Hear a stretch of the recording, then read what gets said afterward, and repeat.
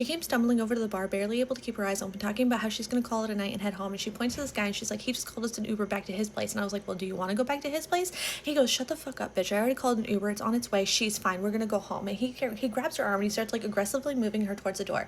And she's like, I don't know if I want to go to his place. And you know how drunk people get all dramatic and animated. And she's just like, hey, he's just been really good to me. He's been really kind. And she's just like, I just want to go home because I don't feel good. And I was like, well, do you want to call an Uber back to your place? That way you know you're somewhere safe and somewhere that you're comfortable.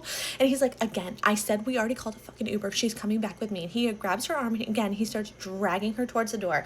And she's like, I just want to say goodbye to my bartender. I love my bartender. She was a regular. She was a super sweet girl. And I just like kept stalling for as long as I could because I was not getting a good vibe from this, mostly because she was acting so intoxicated and I had only served her 3 drinks. Like, again, girl's a regular. I know what she can drink. I know what she can't drink. So I was like, I don't feel comfortable with this. And I'm trying to like talk to her. He's getting mad at me. He's getting mouthy with me. She passes out. Like flat on her ass, passes out.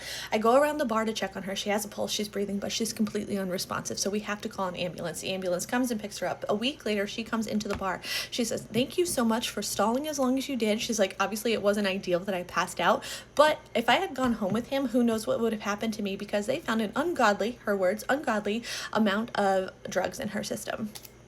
Anyways, because of this, the cops asked us for video surveillance of that night, and they saw this man putting stuff into her drink, pressed charges against him. He admitted to it, so then his mugshot is everywhere. It's on social media, it's on the news.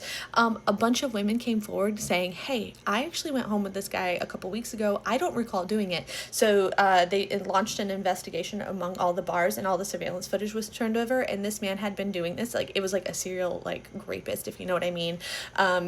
And he'd been doing this for who knows how long to who knows how many women.